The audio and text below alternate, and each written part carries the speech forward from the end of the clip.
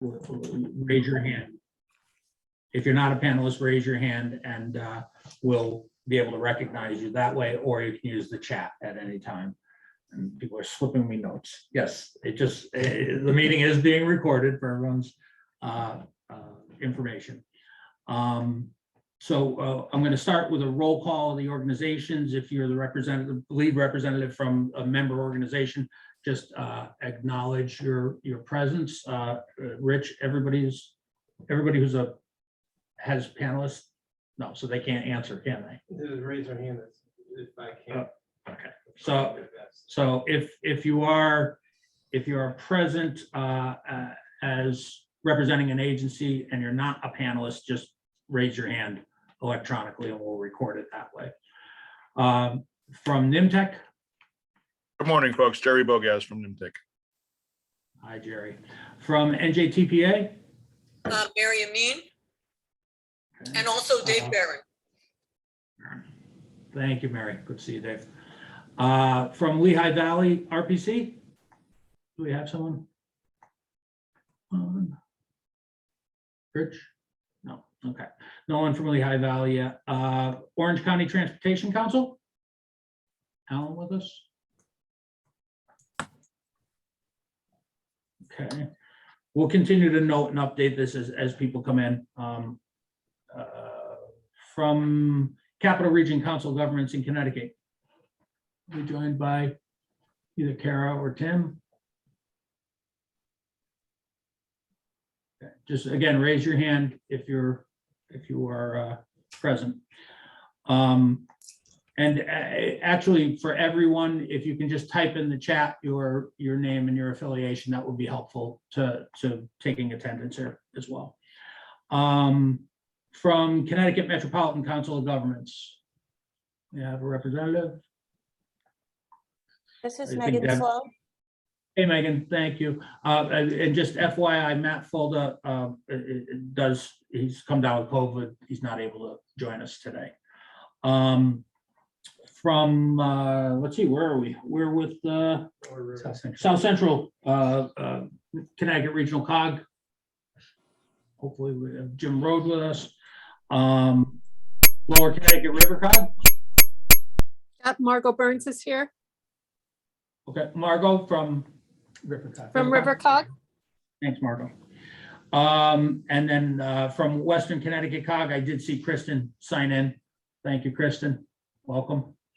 We're also joined today by representatives from Delaware Valley Regional Planning Commission, and as well as from FHWA, the Division Administrator for Connecticut, Amy Jackson Grove is with us today. There are representatives from Connecticut Department of Transportation, as well as MTA, who will be a presenter today. And we will have, we also have attendees from New York State Department of Transportation. I'm sure I've missed others, but again, just sign in and we'll recognize everyone as attending the meeting. At this point, I'd like to introduce, with great pleasure, our board chairman for Naugatuck+Valley Council of Governments. He's the mayor of the city of Waterbury for the last 11 years. He's formerly a chief of police. He's been working, I would say in Connecticut, the lead chief elected official on transportation and redevelopment issues in Connecticut. So it's with no further ado, I'm happy to introduce Mayor Neil O'Leary of Waterbury. Mayor? Okay, thanks. Can you all hear me okay? Good. Okay, great. I was having a little technical difficulties earlier at a meeting, so I guess I've corrected them. So it's a pleasure. Actually, it's an honor to be here with all of you this morning. And although I don't know each of you, I commend you for the great work that you're doing. And we all have so much in common through our roles here at this meeting involving the Metropolitan area planning. As the chair of the Naugatuck+Valley MPO, I just want to reiterate my welcome to everyone at this spring meeting. I'm happy to be with you. We put together an exciting agenda that'll focus on impacts resulting from the pandemic. We will hear from Fred Nangle, Metro North, who will discuss rail service in post-pandemic market, and Mark Abraham from DataHaven, who will present recent survey results that highlight some of the key effects of the pandemic. As we look into the future, I'm particularly excited to hear a presentation later in the agenda on recommended improvements to the Waterbury rail line and public transit in the region. Coordinating, planning beyond our individual regional boundaries will ensure a better integrated transportation system and address much needed connectivity through and between our regions. It's important to understand what is happening and being planned throughout the multi-state area, for we are interconnected and interdependent. We all continue to work to improve faster and more convenient rail access along the eastern seaboard, and particularly for Connecticut into and out of New York and New Jersey for daily commuting and freight movement. The multi-state area is linked by rail service operated by Metro North, the state of Connecticut. And we're really proud of this and proud of our leadership, both in the governor's office and the DOT has made substantial investments in the rail line in recent years and is increasing service. We have been working with the DOT to take advantage of those investments and transform the line into a modern, state-of-the-art rail line. We see this transitioning of the rail line as a catalyst for revitalizing all the cities and towns here in our Naugatuck+Valley. During the pandemic, we've seen an increase in people permanently moving into the region, and Waterbury especially. Home sales are rising, school enrollments have gone up. In 2021, Waterbury has seen a 20% increase in residential home sales, 20% increase in single-family home sales, and a 16% increase in single-family and condominium sales. The rail line is important. Transportation mode that many of the residents in Waterbury has welcomed over 4,000 people into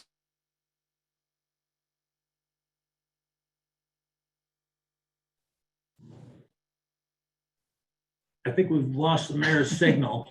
Mayor, I'm not, oh, there you are, you're back. Oh, okay. Can you hear me now? Yep. Okay, apologize for that. Anyway, as I was mentioning, I hope I'm very alone. We've 4,000 new residents have moved in over the last 2 years, mostly from New York, and the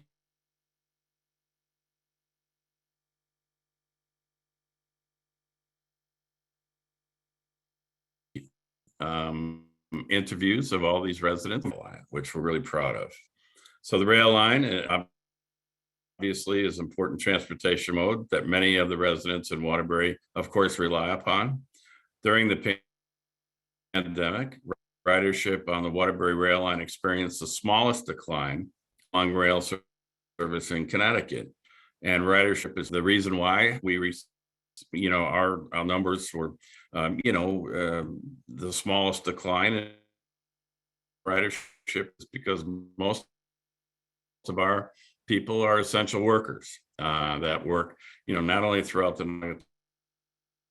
Naugatuck Valley in Lower Fairfield County, but also into New York. Improvements that the DOT has made, enhancements we're proposing will further strengthen RIP and will attract more people to use it. And without further delay, I'm just again thrilled to be here with all of you today. And I will hand this now over to Mark Nielsen to lead us into today's presentations. And thank you all. Thank you, Mayor. Okay, thank you, Mayor. And again, just want to reiterate what he was sort of alluding to is, again, the rail line is very essential to the region because a lot of the workers in Waterbury do rely on the train service. And, as was mentioned, during the pandemic, the ridership on Waterbury rail line experienced a smaller decline than the other branch and as the main line. So again, they rely on it and it's very important. Before we get started in our program, I just want to recognize, take a little time to mention Mary Amin is retiring at the end of June, and it's been a pleasure working with her over the years. She's been a very integral part of the MAP Forum and has been very influential with me and other members of the MAP Forum. And we wish her well and just want to thank her for her service and efforts over the years. And I just want to ask Dave Barron of NJTPA to say a few words as well. Dave? Yeah, sure. I'd be happy to. Thanks. I find myself doing this on a few virtual meetings lately. It's always difficult every time to realize that it's really happening, that Mary's going to be retiring as our executive director at the end of this month. As far as the MAP Forum goes, I mean, Mary was really one of the driving forces behind the creation of the MAP Forum, which, believe it or not, I had to double check this figure, was 14 years ago in 2008. I don't know how that's possible, but it is. And just as a quick background, the MAP Forum came to be following certification review recommendations from FHWA and FTA that there was a need to formalize and improve coordination in planning work by the MPOs across the larger metro region. And Mary, I believe, was the NJTPA's Director of External Affairs at the time, and really was one of the leaders of the process that created the forum, ultimately leading to an MOU signed by the original 5 members. She put a lot of time and energy into that effort, just recognizing the importance of enhancing planning coordination across the larger metro region, where transportation and economics cut across all the jurisdictional lines, including MPO lines, state lines. And in those years since 2008, Mary's been very active in the MAP Forum. She's led, I have no idea how many, but countless organizational meetings over the years, as she rose to become the deputy executive director and then the executive director here. And and now all these years later, with the reorganization of the MPOs in Connecticut and other recruiting new members, we have 10 members of the MAP Forum instead of just the original 5. And Mary again has been supportive on the NJTPA side. She dedicated some of our resources to help the MAP Forum get its own website with GIS capabilities through our hub. And I just think her commitment to and leadership of the MAP Forum is something we can all hope to continue as we work together going forward. And while Mary's done a lot more for our region and for the staff here at the NJTPA, I can save that for another occasion. So I would just say today it's very appropriate that we all thank Mary, give her a round of applause for all the great work she's done for the MAP Forum.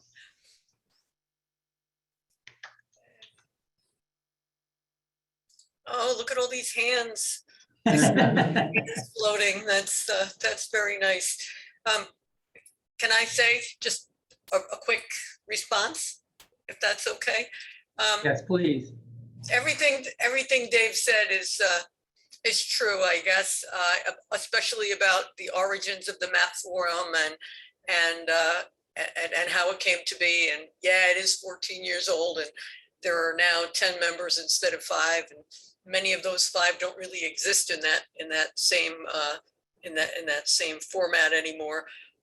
But it has been a labor of love for me. Couldn't happen without Jerry, Mark. I'm not going to name everybody because I'll forget everybody, but I know that in the early days it was, and I have to mention Floyd Lapp, but in the early days, those were things that we just knew that it was important to be broader, in a mega regional sense, to keep each other informed about what was going on and how we can plan in a bigger, broader way. And to me, the amazing thing about MAP Forum is that we really aren't bogged down in any way by bureaucracy. We knew from the beginning that we couldn't have our respective states pass legislation or do anything like that. So it's been totally voluntary. It's been it's been growing. It's really been given us an ability to hone in on these mega regional issues, such as freight movement, such as climate resiliency, you know, these are and truck parking, land use across, you know, multiple states. You know, we saw e-commerce happen. You know, we saw a lot of we saw the pandemic happen, and having this group of MPOs, and we don't charge dues and we don't do anything. It's all sweat equity.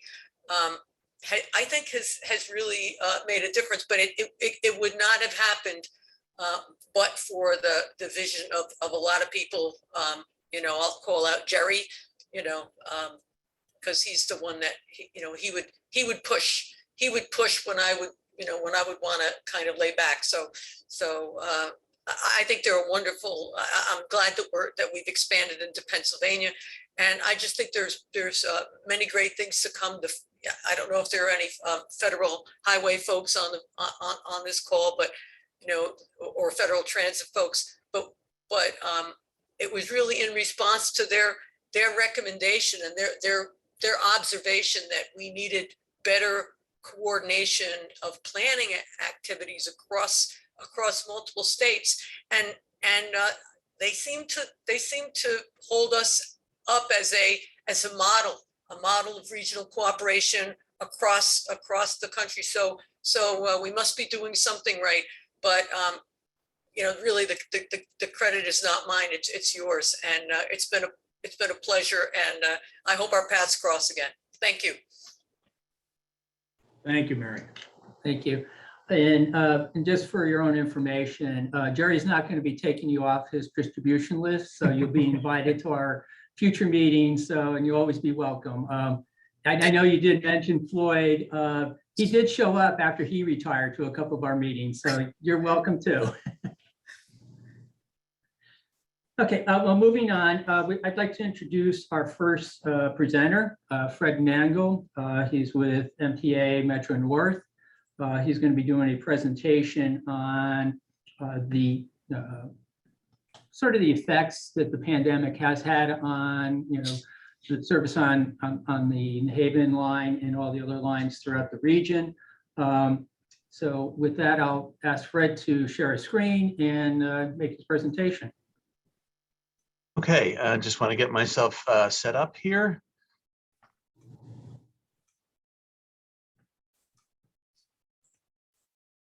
Yes, so I'm Fred Nangle. I'm Deputy Director of Service Strategy in Metro North's Operations Planning Department. Mark asked me here today to discuss Metro North's experience of the interaction between infrastructure improvements, service improvements, and ridership, our experience of the COVID epidemic, and what we see looking forward. But first, I'd like to introduce you to Metro North. Metro North carried 86.6 million people in 2019. Yes? Fred, are you sharing the screen? We don't see anything. You don't. Okay. Let me go back to Zoom and see what's happening. Oh, I forget. Press the share button, always helps. Okay. There we go. Metro North carried about 87 million passengers in 2019, serving 124 stations in 7 counties, with 384 route miles and 775 miles of track across a territory of approximately 2,700 square miles. This territory includes 2 different power systems, which were installed by Metro North's predecessors, the New York Central and the New Haven, respectively. DC Third Rail powers the Harlem and Lower Hudson lines, as shown by the fat green and blue lines here. We have AC catenary powering the New Haven line out to New Haven and up to New Canaan on the New Canaan branch, shown by these double red lines. Trains from all other sections of the railroad must be hauled by diesel locomotives. Trains from those sections of the railroad going to Grand Central must use locomotives that also use third rail power through shoes on the trucks of the locomotives. The west of Hudson, Port Jervis and Pascack Valley lines here, the orange and purple, run diesel-only trains from Orange and Rockland counties to Hoboken, with transfer to Penn Station at Secaucus Transfer on the Northeast Corridor. We run approximately 800 revenue trains every weekday on these lines. see. Metro North's history. We were founded in 1983 when the MTA, which is our parent agency, assumed control of Conrail's commuter operations.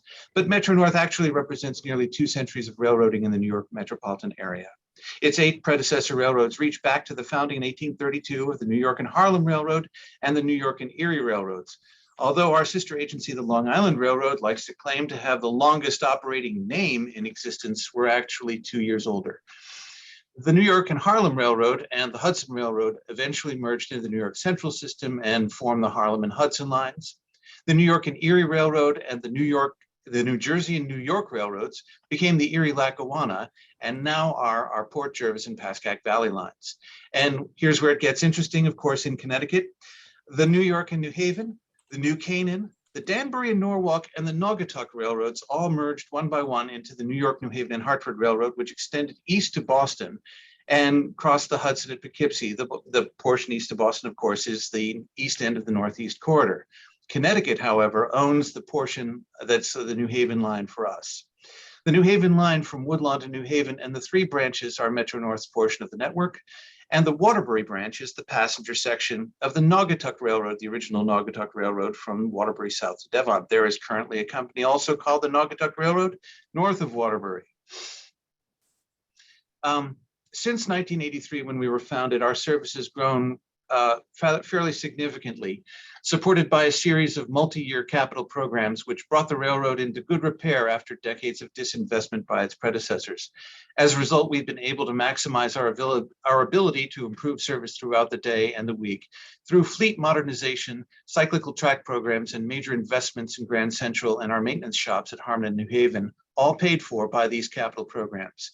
These capital programs also included major projects to improve capacity, such as the Upper Harlem electrification in the 1980s, the Wassaic extension, which opened in 2000, and the Fleetwood Crestwood third track, which added 3 miles of third track to the Harlem line in 2004. By 2019, total service across the week had increased by almost 50%, driven largely by increases in off-peak and weekend service to make better use throughout the weekday and over the weekend of the equipment, crews, and Metro North's improved and expanded infrastructure and fleets. As you can see, the Hudson line and the New Haven line saw 40% increases in service over an already fairly robust service. That's due to the fact that they had 4-track main lines over much of their territory. The Harlem line, on the other hand, was 2 tracks for most of its territory until the third track was opened in 2004. But still, most of the territory remains 2 tracks. As a result, we were only able to change service by about 23%. The Port Jervis and Pascack Valley saw a substantial increase because of the low base on which we were operating. And then you can see also the service increase by time period, the PM peak, the AM reverse peak, and particularly the off-peak and weekend services saw significant increases.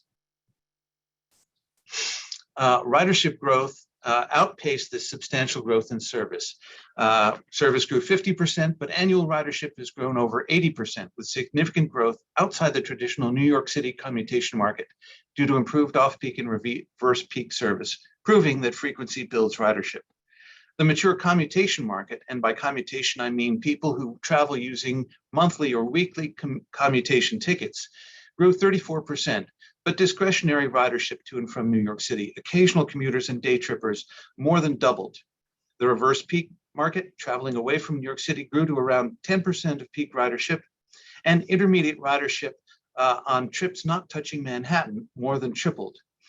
As a result, by 2019, the traditional commutation market, while still growing, represented less than half of our total weekday ridership. And the New Haven line throughout our history has consistently represented just under half of Metro North's total ridership and half of its growth.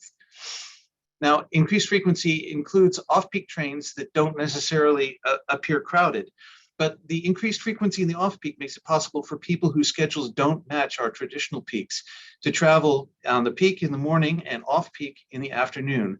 The Waterbury branch's essential workers are a prime example of this. These additional frequencies allow families to reduce the number of cars required in their households, and make it practical for these markets to commute using commutation tickets. Metro North's role in the region as a result of this ridership On an average weekday in 2019, approximately 94,000 riders boarded AM peak Metro North trains headed towards New York City. This included riders also headed to intermediate destinations such as Stamford, our busiest non-Manhattan station, and White Plains, as well as riders bound for New York. Another 54,000 boarded inbound trains during the rest of the day. This includes riders on reverse peak trains heading outbound from New York City and other origins during the AM peak, and represents almost 150,000 riders in total who did not drive to work, did not worsen traffic, and did not contribute to global warming. To put this in perspective, Metro North's approximate share in 2019 of the transportation market to the Manhattan Central Business District below 60th Street was as follows: 86% of all commuters, 6 out of 7 trips; 72% of all discretionary weekday travel, 3 out of 4 trips; 67% of all weekend travel, 2 out of 3 trips. And by, our market share, I mean from our region, of course, not including the Long Island or New Jersey regions. But without Metro North, automobile and other travel to the CBD would have overwhelmed the regional transportation network and brought I-95 to a standstill. We would have tripled the number of cars traveling to the city on the weekend, quadrupled the number of cars traveling to the city for discretionary travel, and increased by 7-fold the number of cars traveling to the city for work. These traffic levels obviously cannot be accommodated by the regional network, which means that travel to the city and the resultant regional, national, and international economic activity occurring in the city would largely be choked off. We've recently seen what happens when people are no longer able to travel to the city as a result of the COVID epidemic. The onset of COVID in March 2020 turned off the power to our long period of growth, and our ridership was at 5% of a normal weekday in April of 2020. This led to ridership for 2020 on the whole, matching ridership when Grand Central Terminal was opened over a century ago. Metro North had to react quickly to a completely new set of requirements. Service was cut drastically, first to weekend service and then hourly service, in order to minimize financial losses while still maintaining service for essential workers, avoiding the further cuts taken by some other agencies in the region. An aggressive car cleaning and disinfection program was initiated, and at the same time, we tried wherever possible to make sure the trains had enough seating to provide space between customers with a target of 60% loading. This meant that trains were much longer than they would have been otherwise for the kind of ridership we were seeing. Metro North quickly also developed a system which used the weight of the train as measured by our brake system to calculate how full each car was, and then transmit that information to our train time app to provide a color-coded indication to customers of which cars were emptiest so that they could board them and feel safest. We have recovered from COVID, although ridership hovered around 20% for the first year of the pandemic, with the traditional rush hour peak of the peak crowding largely wiped away. Essential workers remained the core of our steady ridership at 20%. And as the mayor mentioned, the Waterbury branch saw the least amount of decline as a result of their large share of this particular market. Ridership recovery from COVID, however, did not really begin in earnest until vaccines became readily available in the spring of 2021, and companies began to require return to work to their offices. Although steady growth has been repeatedly hobbled by new variants, as you can see, the Alpha variant, the Delta variant, and the Omicron variant, when each variant fades, ridership appears to come back stronger. And you can see this in the overall trend line, where you have a dip for a variant, and then the trend line picks up where it would have been had we not had the variant occur for both the Delta and the Omicron variants. At the end of March of this year, as part of our current status, Metro North introduced an 89% schedule, which restored almost all of the service of the 2019 timetable. Only a handful of peak and off-peak trains from 2019 remain to be reinstated. Weekday ridership as a result of return to work policies, and we like to think also as a result of our returning to normal service, risen to over 50% of pre-pandemic levels in the past several months as Omicron faded, and in recent weeks has risen to approximately 55%. On an overall monthly basis, not just the weekday ridership, but including also weekend ridership, we're actually fairly close to 60% of pre-pandemic levels. There may be other factors besides service pushing our ridership higher in tandem with or as a result of these corporate return to work policies. Higher gas prices, such as we're seeing now, typically drive higher ridership as motorists do the math. And traffic at the MTA bridges now appears to be equaling or exceeding pre-COVID volumes. We've reinstated peak fares on non-commutation tickets as normal commuting patterns have begun to reassert themselves, but now offer a discounted and fairly popular 20-trip ticket aimed specifically at hybrid workers and sold almost exclusively electronically. Despite much discussion in the press early in the pandemic of the idea of the end of traditional commuting, we are seeing this traditional patterns reemerging. The 7:30 to 9 o'clock peak of the peak and the Tuesday, Thursday peak of the week curves have reappeared, with hybrid workers who use these 20-trip tickets clearly working at home on Fridays. The use of electronic tickets has allowed us to be able to track what's happening in COVID very effectively, especially when it comes to hybrid workers. So finally, looking ahead, what's next? I know this has been advertised as a discussion of the post-pandemic market. We're always reviewing, we work with Connecticut very closely to review the schedule for potential improvements, but ridership recovery over the longer term is very hard to gauge. The forecasts that I typically have seen in the past would have offered straight lines, but now we see a range of possibilities, sort of like the meteorologist's cone of uncertainty for a major storm. It'll be a while before we get back to 2019 ridership levels, as those who telecommute are eventually replaced by others for some as yet unforeseen reason. I'm not sure this will happen within the next 5 years, but I'm reluctant to write us off just yet, especially with the New Haven line, which never behaves as expected. We'll need to continue to make sure our service and infrastructure plans maintain the flexibility we have achieved thus far in the pandemic. Further down the line, the MTA has contracted to make the most of the regional infrastructure by constructing 4 new stations in the East Bronx on the Hellgate line for Metro North service to Penn Station. These new stations will allow Metro North to significantly improve access from this historically underserved portion of the city to Manhattan, and also to significant job markets along the New Haven line in Westchester and Fairfield counties. This project is expected to begin service in 2027. As it happens, however, the Naugatuck+Valley Council of Governments also has some ideas. And so with that, I'll hand the screen back to Mark.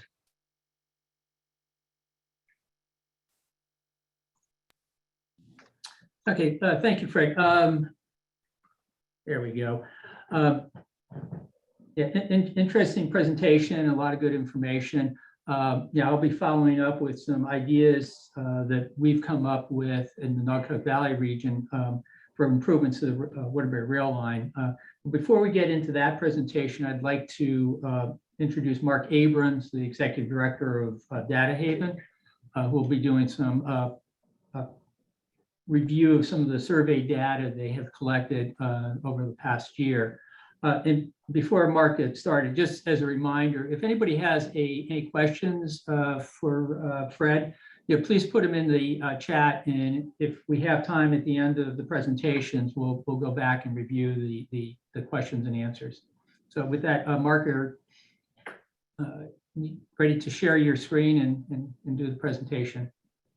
Yeah. I'll actually try to answer any questions on the chat while people are talking. Thank you. Thank you. Thank you. Yeah, we're going to wrap into sort of a different direction now, into sort of quality of life issues and health issues in the region. This is a picture of our anniversary, so you could see Rick Dunn in the background there in the audience. If you have questions about this presentation, feel free to contact me here. The slides can be made available.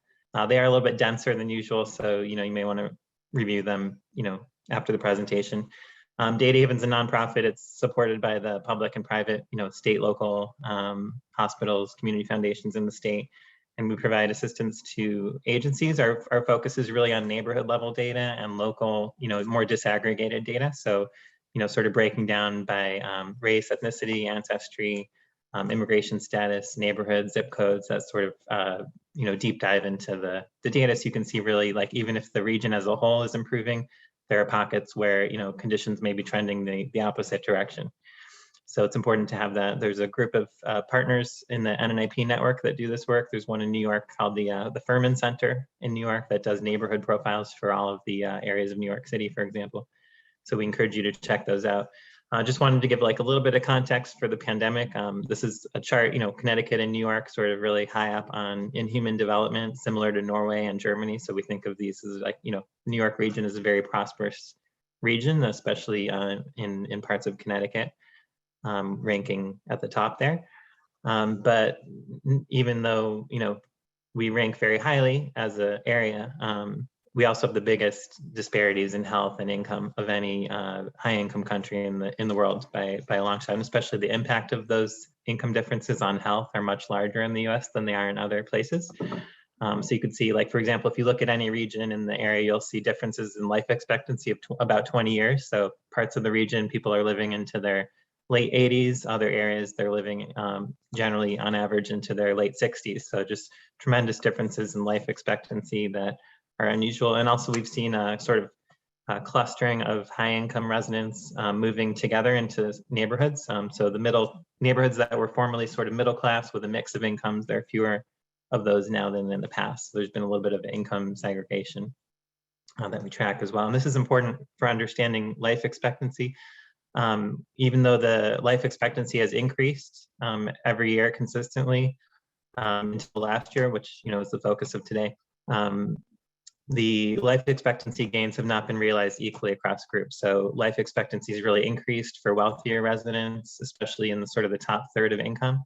But life expectancy has actually been declining for women, especially low-income women, in the median over the past few decades.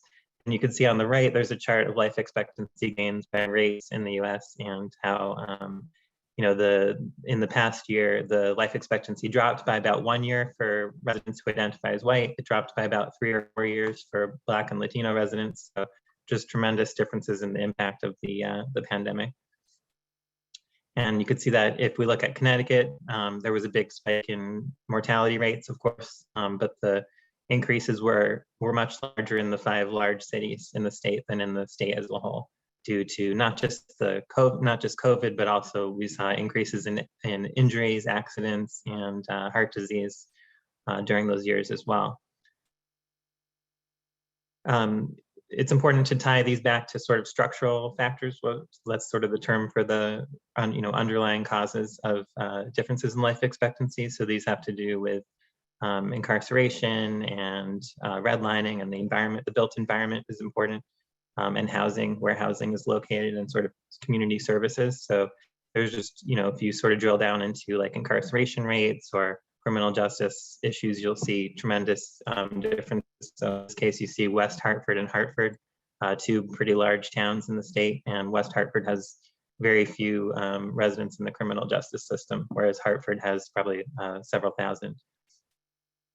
Another way to look, built environment kind of tracks with that. So this is a tool that was just released that overlays redlining maps from the 1930s. So, housing finance maps essentially with environmental issues like heat or tree canopy or, issues like that. And you can see today in the areas that were not redlined, 37% of the surface area is covered by trees. In the areas with the most redlining, it's only 11% in the Hartford area.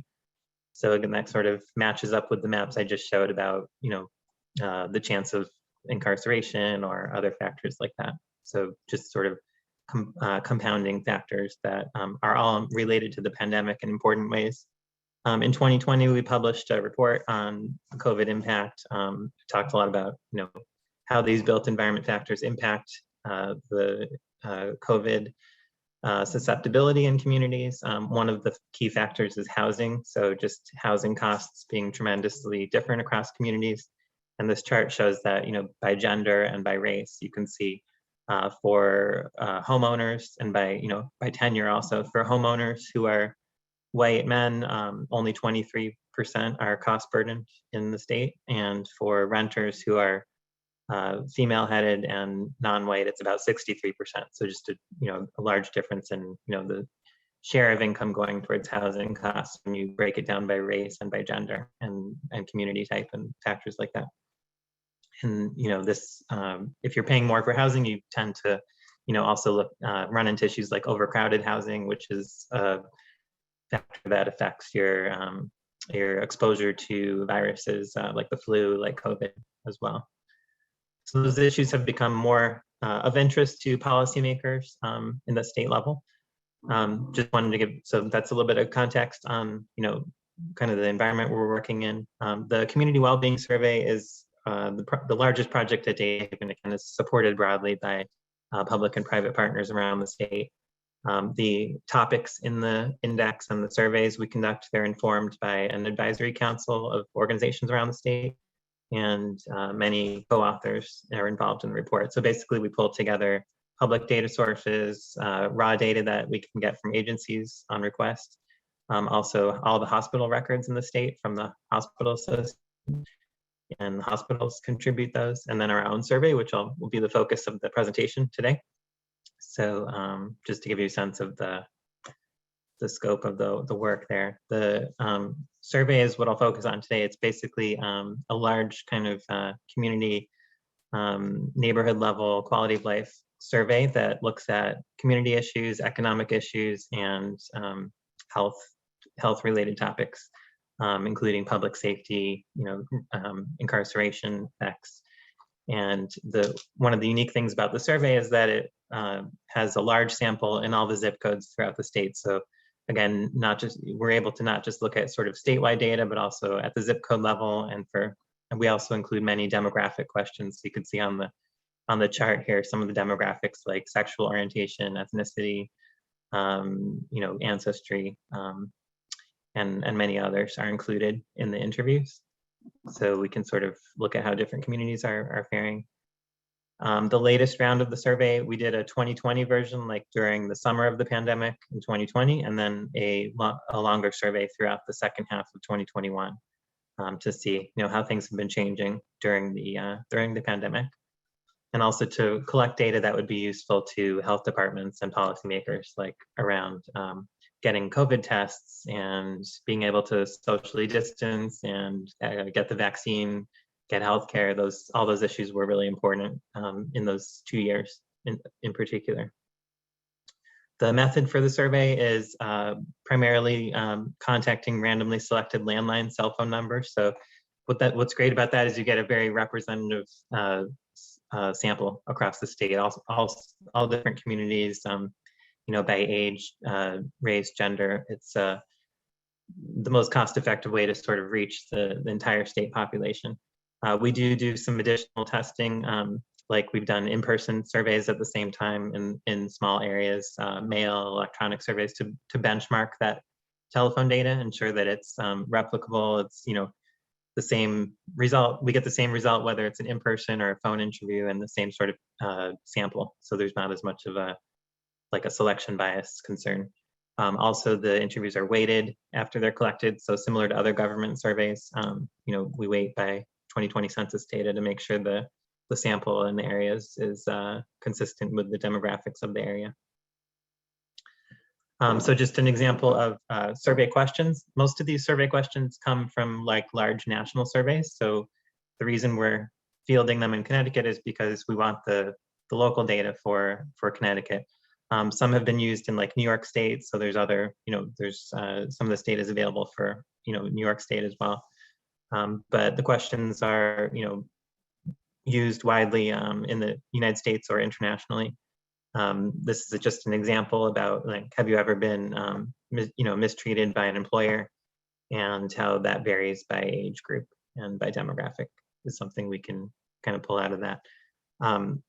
If you look at experiences of discrimination in general, you'll see if you look at healthcare discrimination, persons with low income levels with limited health insurance report much higher rates of discrimination in healthcare. So obtaining, being treated fairly when accessing care. For employment discrimination, there's more of differences by gender and by age, and then police community interactions are where you see very large differences by race and ethnicity, sort of in both wealthy towns and in low-income communities. The survey also include, like, just more examples. It includes questions about the built environment. The survey came to be by, by, again, all the regions throughout the state sort of got together to collaborate on this. They had been doing some level of surveying around built environment issues in the past. We were able to sort of combine those questions into a single survey. So this shows you, if we ask people, do they have safe places to walk or places nearby to go shopping, to ride a bicycle safely? We can map that out and see, you can clearly see like where there's bicycle infrastructure, greenways and things, people are more likely to say there's like a lot of places to go ride a bike. And then for walkability, like the town centers near the rail stations, regardless of whether it's a large city or a smaller community, people are, more likely to have like a good walking experience in those areas. This is important because, for health reasons, if people have access to places for physical activity, they're going to be a bit more likely to get out, to exercise, walk places. We also ask about kind of just quality of life issues in general. So one of the most striking things is the difference in the quality of parks. In Connecticut, that can range. If we ask, like, do you have parks in good condition? It can range from about 30% of people in a town saying they have good parks to almost 95%. So just a tremendous difference in how places in the state are perceived. And that's important we think, for prioritizing investment. Some areas have, very good infrastructure and well-maintained open spaces. Other places are severely lacking in that. There's sort of broader kind of social measures, like being, having youth have trusted role models, good places to raise kids. So this chart on the left shows for the capital region of Council of Governments area, the region, Greater Hartford and Connecticut are almost identical on all of those measures. But the largest city in the region, which is Hartford, the perceptions are much lower for those measures. And then another example is in the survey is this institutional trust measure. So again, sort of thinking about trust in federal government, state health officials. There's interesting variations in that affect, messaging around providing health services or other government services, and the trust in those.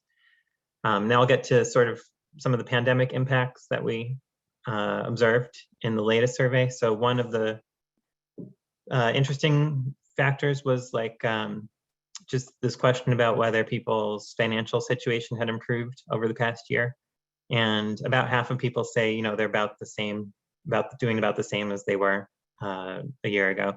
But if you look at the other half, for high income residents, most of them say that of the remaining group, most of them say they're better off financially, whereas low income residents, most of them say they're worse off in the past year. So it's interesting, despite all the relief programs, which I'll show later, probably clearly had an impact. The low-income residents still, at least in a perception basis, feel like they're not better off, even though wages have risen and they had access to some relief programs in some cases. And homeowners, people with higher incomes, as you would imagine, many report that they're better off. A lot of the tax credit funding, for example. Household credits went, if you ask people where they used that money, they used it for savings. They weren't like going on vacations to Aruba or things like that. They were, putting that money in their savings account, and the value of their home appreciated by probably about $80,000 also. So that's not a surprise, but it's still striking to see the, differences by income, and also like if you look by town across the region. Many people experienced hardships during the pandemic. We asked about, whether people lost their jobs, did they use emergency food services, and again, the differences here between wealthier communities and sort of city centers were pretty striking. If you combine these hardships together, like basically look at whether people experienced one or more of any of these. In the large cities, over half of residents experienced at least one of these things during the past year. So there's tremendous sort of stresses on families that if you live in a wealthier suburb, you may not recognize, since in those areas, it was still a significant number of adults who experienced those things, maybe a quarter or so, but much less than in other parts of the area. And then, differences by group persist throughout the pandemic. Those haven't really changed dramatically across groups. Like if you look at housing or food, we're able to drill down into some of the specific factors and disparities by race, ethnicity. This is a chart showing the difference in how many residents feel like they're about to have to leave their home because they're behind on rents or mortgage. So some areas have had really successful eviction prevention, financial assistance for renters. Those have likely made a difference, but nevertheless, there's this large difference between women and men, and also by race in the area. One of the interesting things that a lot of researchers have been looking at is child tax credit. That was a large credit for families with children that was temporary through ARPA. So many households received, $5,000 or $10,000 in additional cash during the second half of 2021. And basically, in our survey and in other surveys, the food security rates really dropped for households with children, probably because of that influx of cash during that time. And there's just now they're starting to measure the current status, since those checks have stopped coming. It was just a temporary measure. So since 2021, the food security rates have kind of jumped back up for families. So it's again showing that there was an impact of those relief programs, but they end at some point, and now we're sort of coming back to the levels of child poverty, hardship that we saw before the pandemic. Mental health is a big, if you ask like health departments and communities, mental health is a top issue. Just checking the time here. So the survey looks at depression and anxiety. There are other measures we use for this as well, like from healthcare and public health, but particularly among younger adults, 18 to 34. There's sort of in our survey we look at kind of optimism in general about jobs and about communities. There's a lot of in general happiness and well-being, are things that we measure. So there's a lot of resilience, a lot of positive sort of outlook in communities around Connecticut. But when we look at young adults, sometimes that's less the case. Young adults didn't feel like there was as much of a recovery on some of the measures around jobs and quality of life. You could see that in anxiety rates as well. So depression or anxiety for people 18 to 34, about 1 in 5 young adults. And then for middle-aged older adults, the rates are more like 1 in 10. So pretty big difference when you're looking at that young adult population. That could be related to a lot of different factors, but is something that really jumped out in the survey. And then we looked at vaccine data. I think I'll running out of time, so I'll skip over that. But this is the economic outlook. So just kind of summarizing by community, how many people felt that there were more jobs available in 2021 versus sort of the end of the recession in 2015. So good news is like across the whole state, people are much more positive about the job market in 2021. So we saw, in 2020, things got pretty negative, but we saw a reversal of that last year. And, even the jumps were especially large in the city centers where, there are more retail jobs, more retail workers. Nevertheless, there's still a pretty large difference. If you look at Waterbury, 35% of people think there are a lot of jobs available. In Greenwich, Connecticut, it's 75%. So even though there's a lot of good news here, there's still that sort of difference in again, perception of job access.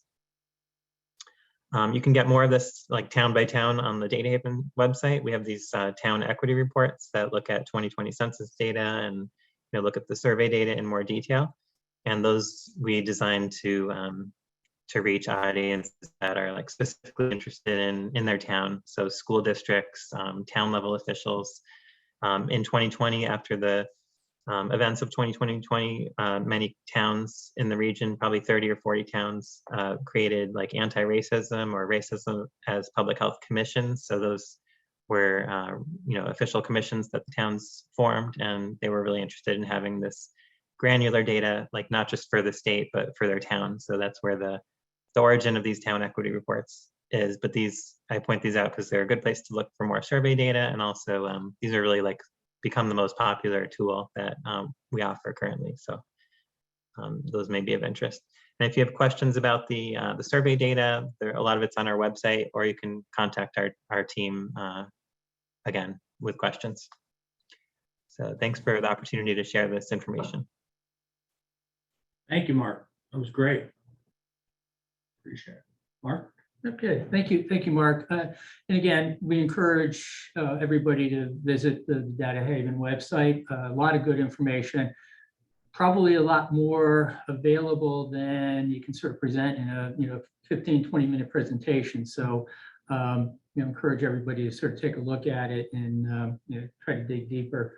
So again, thank you. Don't see any questions right now in the chat box. So I'm up next. I'm going to be doing a presentation on a study that NVCOG has been working on for the last couple of years. And just bring it on up.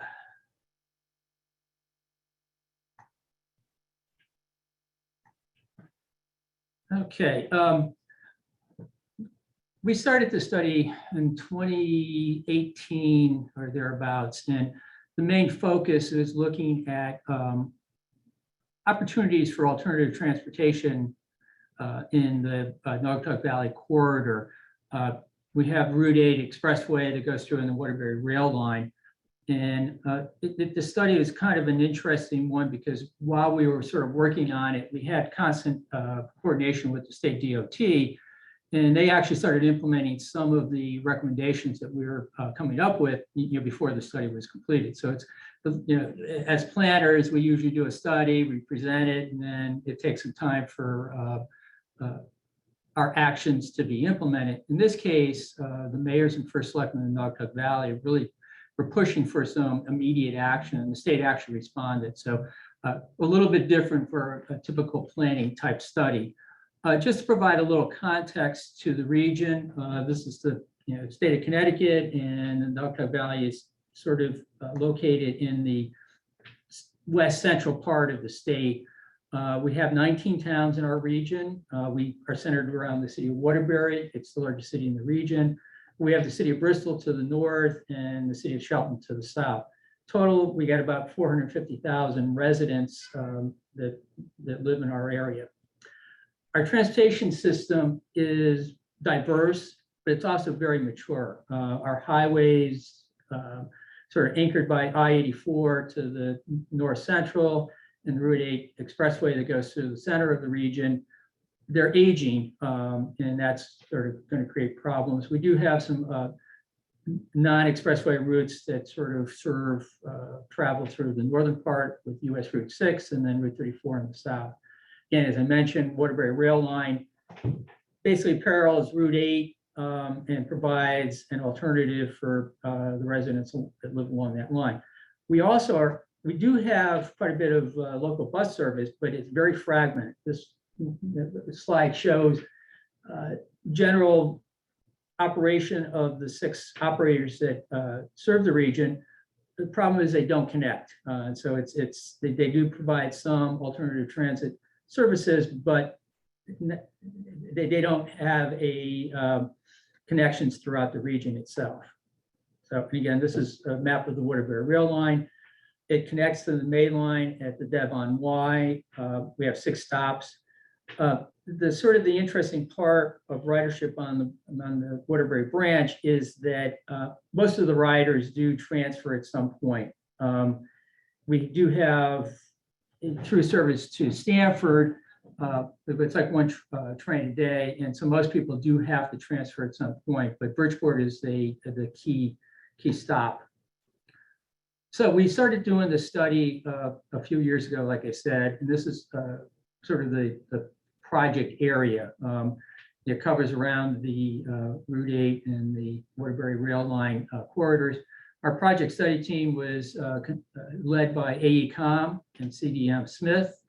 AECOM was primarily responsible for doing a lot of the transit alternative analyses. CDM Smith was looking at the TD, transit-oriented development opportunities and some of the more land use impacts that our recommendations would have. It was a multi-task planning study, again, looking at the feasibility of alternative transit options. We really wanted to look at TOD opportunities. Because we do have the rail line, there is that opportunity to revitalize, reimagine some of these downtowns because they are so close to the train stations. And again, the mayor of Waterbury sort of hit upon this in his remarks, but the mayors and first selectmen along the corridor really see the investment in the rail line as a catalyst for economic revitalization in the area. And so that's sort of what was kind of really the impetus for this study.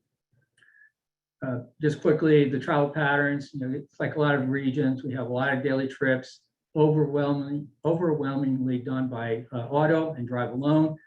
Route 8 has 77,600 vehicles a day. Not a huge volume, but the problem is we do have some daily backups that extend quite along. And that's sort of the concern, that the valley tends to be more affordable to live in. And so a lot of people who may work in lower Fairfield County have to drive along Route 8 and then access I-95, and that leads to congestion, not just in our region, but in lower Fairfield County as well.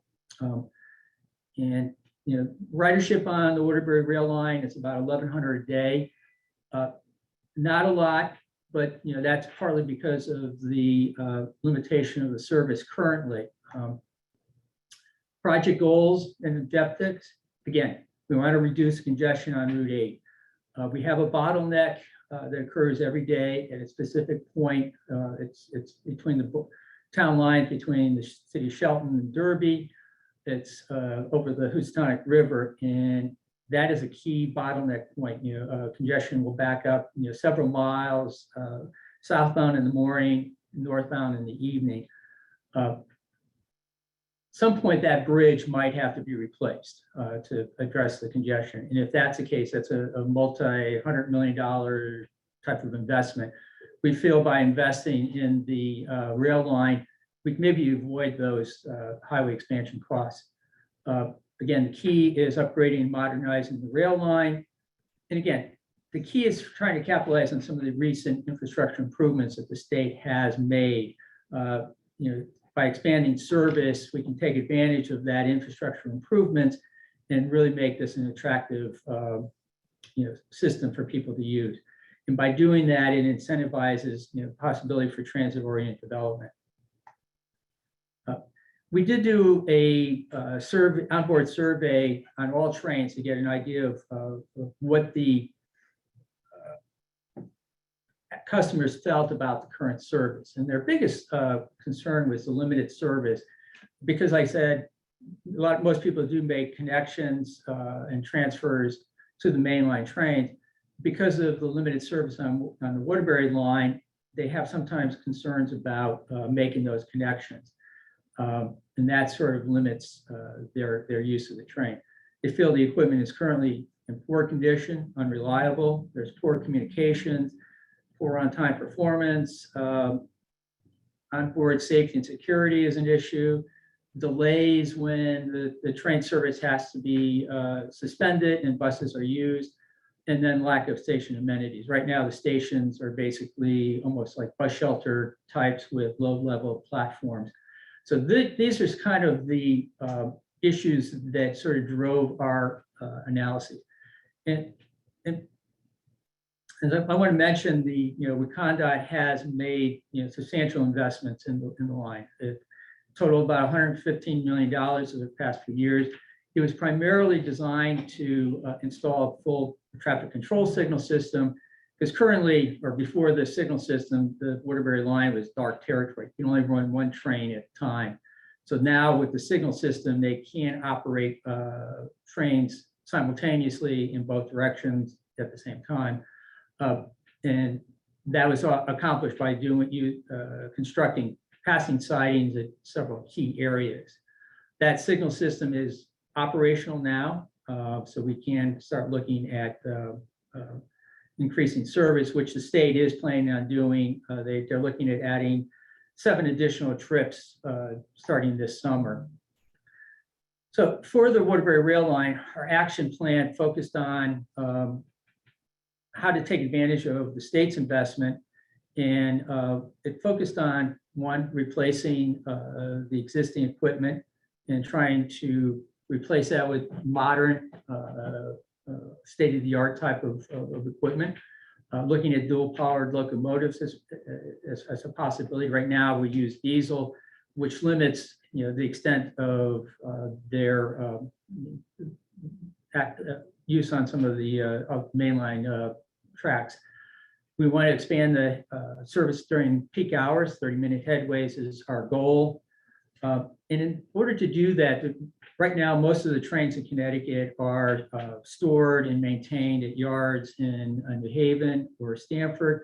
We see that there's a real need to develop a storage yard along the Waterbury rail line. So, because right now trains have to deadhead quite a long distance to start serving the line. One of the key recommendations is constructing the new rail stations with full amenities. Like I said, right now it's very lacking.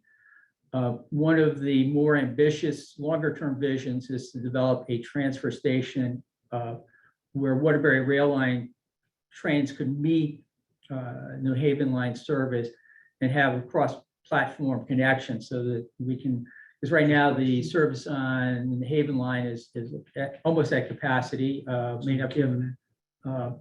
May not be able to add more trains on the line. So this way we avoid adding service to that line. So it would be a transfer station. So we could run the service more like a shuttle, and this also would provide service to the city of New Haven, which we currently can't do. These are just some. I'll go through these slides real quick. These are just some of the slides that we're looking at that highlight the recommendations we were talking about. But this is one I want to just sort of highlight again, is that we see as real critical is the rehabilitating or constructing new stations to really make these more modern, provide the passenger amenities. Some enclosures that would protect people waiting for a train during inclement weather, providing the high-level platforms and canopies, better landscaping and parking. And a part of that landscaping and parking is to make those connections directly to the nearby downtown areas. And looking at full accessibility, so people who have disabilities can still use the train. Like I said, we have 6 stops, and we have sort of plans to relocate a couple of the stations and modernize and rebuild it. What I do want to mention is the Derby Shelton Station. The state DOT did apply for a RAISE grant last year, which was awarded. So that project actually will get started, or actually has started, but will probably be implemented within the next few years. Again, long-term vision is that transfer station, we'd want to make connections to track 4, which is the outbound track to get service to New Haven. We would maintain and retain some of the through service between Waterbury and the New Haven line, but since most people transfer currently anyhow, we feel that the transfer station would be a good option. So why do we want to invest in the alternative modes? And again, it's to avoid the highway costs, reduce congestion, but really the key is we think this is going to spur the economic development, incentivize the TOD type of development. The current downtown areas of our host station are older, compact downtowns that were former industrial based economies. There's a lot of potential there to attract people in these higher mixed-use developments. And that leads us to we did the analysis for potential for TOD in these areas. as I said, they're compact downtowns. They have some interesting historic architecture that would be attractive to younger people who don't want to have to be relying on their car, that they want to be near a train station so they can walk to the station and still get to their jobs in either Lower Fairfield County or even New York City area.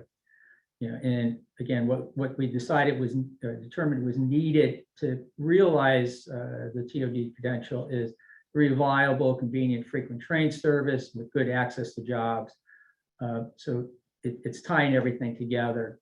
And to assess the opportunities for TOD, we did, the study team conducted a series of workshops in each of the communities. We explained what a TOD is, but the key was we conducted these visual preference surveys because we didn't want to come up with one plan fits all communities. We really wanted to listen to the residents to figure out what they would like to see in their downtowns. So the preference survey looked at the building density and scale, layout, architectural character. So we came up with a model block concept for each of the communities. And so we got the buy-in of the residents of each of the communities. Then the third key focus of our study was there are parts of our region that aren't accessible by rail. And one key area is in the city of Shelton. There's a very large concentration of corporate office buildings. And pretty much the only way you can get there is by car. There is some limited bus service, but it's oriented to the city of Bridgeport, which is to the south. And it really isn't set up to bring people from the Naugatuck+Valley directly to this area of Shelton. So we looked at, is there a transit option to get people to this area? Again, it's not accessible by train. And so it'd be, so we did look at the bus rapid transit opportunities. We looked at 5 possible systems, including a median running one on the Route 8 expressway itself. And, then the idea would be creation of a transit hub that would serve that area, and then we'd have feeder service that would make it to the corporate office buildings. Our study was basically a more of a high level analysis at this point. So next step is to do a more detailed, fully assess the feasibility and the cost of these kinds of systems. But we did look at, like I said, these 5 alternatives and determined that it is feasible at a certain level. And we think in the long term that this makes a lot of sense. So, and like I said, so for more information, we did set up a project specific website, and it's listed there, or you can just look at the NVCOG.ct.gov website for more information as well. So.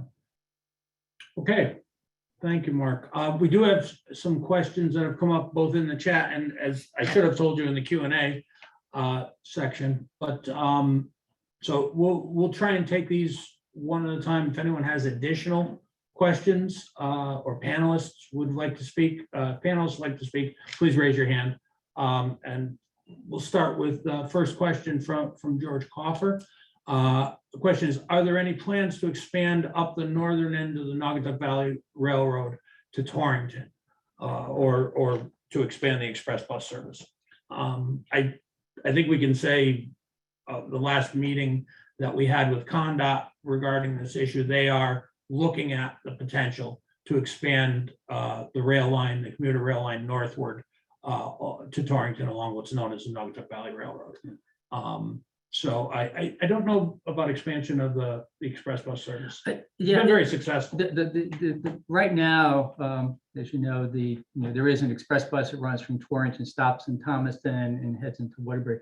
It has been more successful than I think most of us thought. And so, yeah, the state is working on their state rail plan, and the potential of extending, commuter rail service up into Torrington is part of that analysis.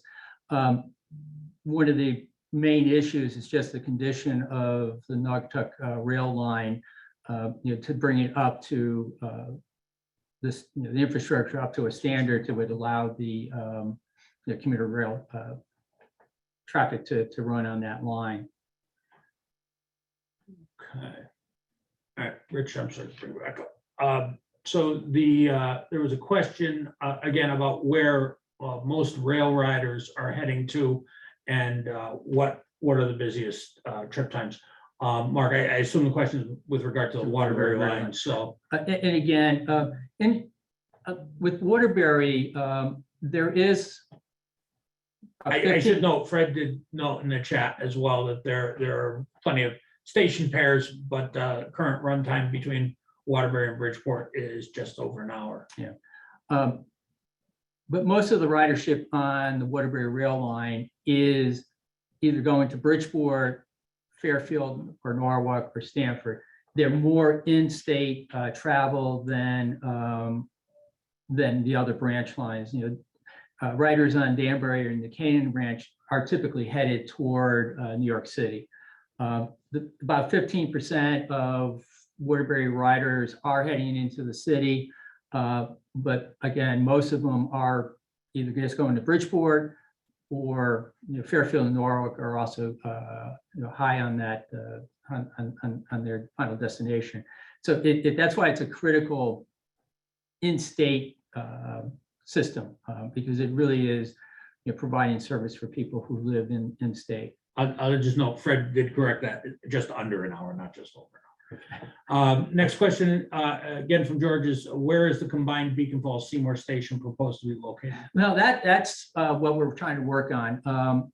If you know the area, there is just north of the Seymour downtown there's a fairly large vacant undeveloped piece of land. I don't want to hesitate to call it vacant, but there's undeveloped land in between the two towns that pretty much straddle the town line. There is a proposal by the property owner to develop a mixed-use development there with roughly 300 residential units, 200 to 300,000 square feet of office space that would be, then some commercial, retail, healthcare facilities that would be built on this site. And the opportunity would be if we could relocate the station to that area, it would provide a direct connection to this large mixed-use development and a train station. We'll say that both administrations of Beacon Falls and Seymour are supportive of this project and are supportive of closing their respective downtown stations and relocating it to this new development just north of the downtown. So it's roughly right there at the town line. So next question is from Matthew Waskowitz. The question is regarding the potential for rail connections from Waterbury to Hartford via Bristol, New Britain. And we just know, I assume Matthew was asking about commuter rail service. The line exists right now from the Naugatuck+Valley line. The central line runs over to Berlin, Connecticut, where it connects to what's the current CT rail line in Amtrak Hartford, right? In Berlin, right? Right. And again, the state DOT did conduct an assessment of that line 2011, 2012. And they did look at the feasibility or what it would cost to bring it up to commuter passenger rail standards. And the investment that would be needed is pretty high. We think that there is a possibility between Berlin and Bristol, because that line is in much better condition than the continuing from Bristol into Waterbury. If you know anything about the line, there's a 2,500-foot tunnel in Tylerville that would definitely have to be almost totally reconditioned to allow passenger service through it. And that's sort of a key constraint of that. But the service between Berlin and Bristol is more feasible. Now, one of the issues is I think there's like 7 at-grade crossings of that line in New Britain, which is going to be problematic because we start running passenger service. That's going to create a lot of issues. But it is got the potential because if we were to do that, we provide a connection from Bristol to the Hartford line, which would then provide connection into the city of Hartford, down to New Haven, and a connection to the New Haven line. Right. So the next question we have is from Kenneth Lynn. I'm not sure we can answer this, Mark, but we'll give it a shot. If you know, or maybe if Rich Donovan is on and he knows the answer. Kenneth quotes, per the CT Transit website, 3 express bus routes will not operate beginning September 4th, 2021, which was last year, due to an issue with the current service provider. Affected bus routes are 921, 923, 928. Do you know the current status on that, Mark? It says the website still shows schedules.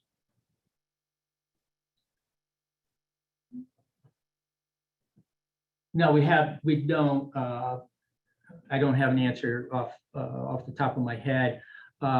We can, if you send us an email, we'll research it and get back to you directly, after the meeting and find out. Sure. Thanks, Mark. So back to another question about the service on the Waterbury rail line. The question is about the restriction preventing proposed 30-minute peak service and 60-minute off-peak service from being implemented at this point in time. It is funding. It's strictly a funding issue, ability to have enough rail cars to run and to fund the service. But it is in the governor's plan and in the DOT rail immediate plan, short-term plan, to implement those 30-minute headways and at peak hours by 2025, with 60-minute the balance of the day. They're adding, DOT is adding on July, is it July 1 or is it already running? No, I think it's in July. Early July. Yeah, July 1, they're adding 7 trains per day, most of which are running in the morning and evening peak. So it'll provide additional opportunities to get into Fairfield County and to New York a little earlier in the morning. But the key from our perspective is the ability to get home at night. We used to have a gap between roughly 6 p.m. and 8:45 p.m. You could not come up with a Waterbury line from the New Haven line. We're going to have roughly hourly service in the evening peak starting this summer, which is a huge difference. People have predictability that they can get home if their schedule changes a little bit during the workday. And with regards to the other question with the sightings, it is our understanding that all the sightings have been completed, and they're connected to the branch line with signals and interlocking. And once the signal system was in place, then they were able to be used. So it's our understanding that the sightings are in place, the signals are operational. So that should not be a limiting factor at this point. And again, the sightings are designed to allow trains obviously to pass one another going in opposite directions.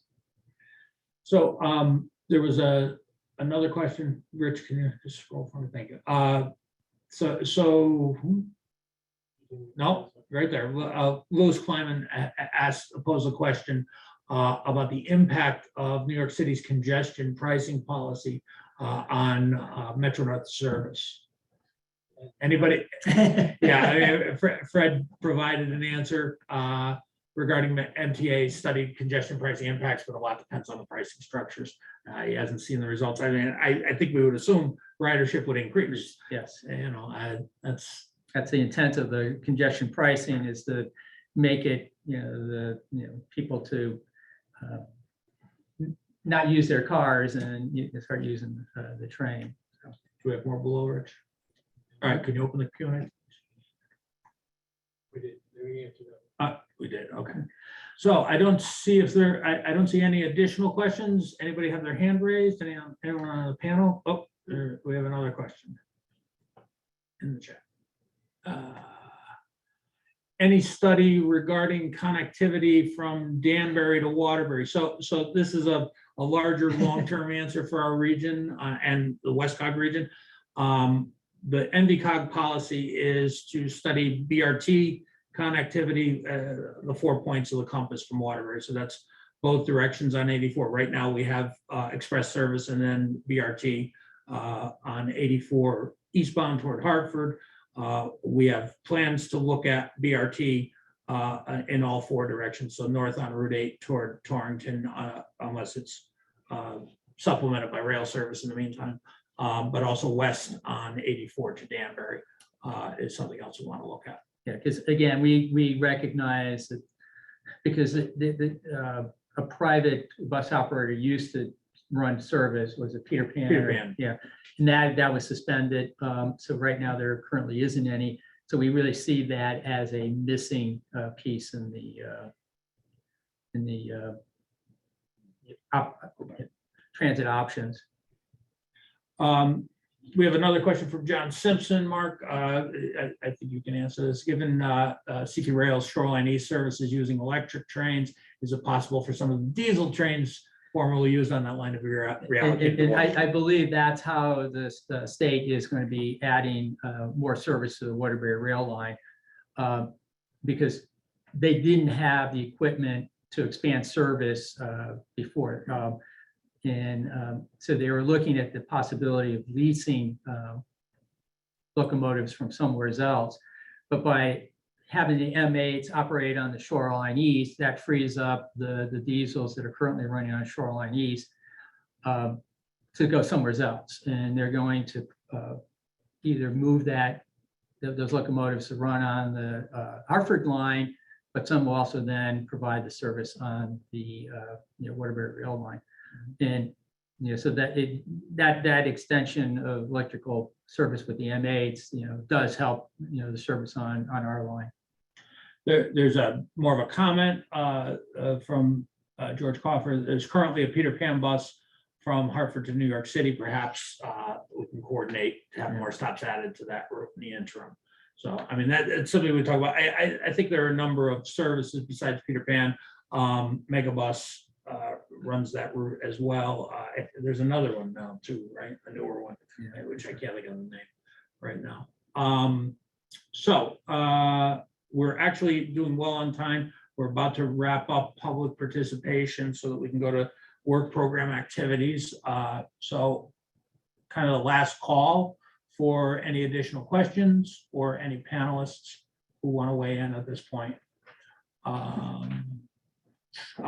Good contact email to reach out to us for further questions. Best is info@nvcogct.gov. info@nvcogct.gov. Yeah, we did get one last question. Hang on, let me just on the email address, but the best advice is go to our website, nvcogct.gov, and go to the staff page. Everybody's phone numbers, direct lines, and emails are all published there. And then the one last question we did say, will this be recorded and the link be available to watch later? Yes, the meeting is being recorded and it will be posted on our YouTube channel. And with everybody who has registered to attend this, we will send out that link. So you will have it available. And we'll also have the option of providing the presentations that were made by each of the panelists. Great. Thank you, Mark. All right, With so Les, I don't see any additional questions. It's just closing in on, it's 12 noon on the button. And with that, we'll close the public portion and close public participation and move on to work program activities. Mark, you want to introduce him? Yeah, as Mary sort of indicated, in her comments at the beginning of the meeting, this is a voluntary group of organizations. We do not have a formal bylaws. We don't come up with a formal work program. everything we do is sort of as we can sort of work on it. But so work program activities, is sort of the name we use, although it's not a formal work program. We have come up with areas that we thought would benefit from a little deeper analysis or involvement by our members. So we have basically three activities that we're focused on right now. It's the multi-state freight working group, which really looks at freight, not just in individual regions, but how it affects and moves throughout the entire 4-state area. The other one is looking at resiliency. This came out of a post-Sandy analysis that was conducted a number of years ago. And it's something that we get together and talk about, how we can coordinate resiliency to, natural weather events going forward. And then the third one is NJTPA is hosting a map forum hub on their website through Esri Hub. And it's a way we can exchange information and post documents. So as part of our meeting, we always have a update of those three working groups. And the first one I'll ask Ann Strauss-Weeder with NJTPA to talk about the map multi-state freight working group. Thank you, Mark. The freight transportation and supply chain situation continues to evolve. For example, a recent survey by the National Retail Federation found that nearly 70% of consumers prefer to shop online now, compared to about 30% in 2019. The fracturing of international trade is continuing, and the stress is on every freight mode, and nearly all of the elements in supply chains are continuing. The Port of New York and New Jersey, which is the main port in the MAP Forum region, has and continues to experience unprecedented growth. In 2021, the port handled nearly 9 million containers. And the numbers so far in 2022 have exceeded on a monthly basis the numbers for 2021. And we anticipate that the numbers will be even higher given current situations, both domestically and internationally. The port is generally a truck-served port because of the density of the consumer population in our region. So a lot of the goods brought through the port are either consumed here or handled here first. But the port has invested well over $600 million on dock and near dock rail, and hopes to see increases in rail activity moving forward. Given all these changes and stresses, the multi-state freight working group so far this year has looked at a variety of issues. For example, earlier this year, we held a clean freight movement workshop, and this was very much a group effort.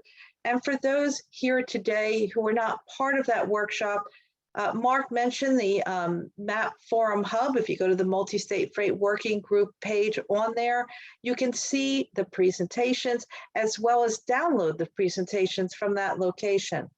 More recently, NMTIC provided a briefing on the regional land use study. Now, speaking about land use, because we talk quite a bit about industrial real estate, we have received the first quarter 2022 numbers for the NJTPA region, which is northern and central New Jersey, and we now have over 860 million square feet of industrial property in our area, with 15.4 million square feet currently under construction.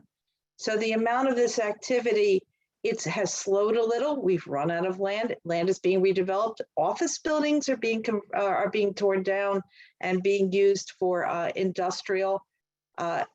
And we have to consider how workers can get from where they live to these new places of employment opportunity. The commutation options right now are fairly limited. And to that end, NJTPA, as part of its UPWP, is launching an analysis of last mile commutation options for workers at freight facilities. And as part of that, in late fall of this year, the Multi-State Freight Working Group will hold a peer exchange on last mile worker commutation options for connecting between where they live and freight facilities. So a lot more details to follow, and I do encourage everyone to look at that Esri Hub site. Are there any questions? Okay, Mark, I turn it back over to you. Thank you. Thank you, Ann. The next update of one of our working activities from Megan Sloan with the Connecticut Metropolitan Council of Governments. Megan? Okay, good afternoon, everybody. So our next meeting is going to be Tuesday, July 12th at 11 a.m.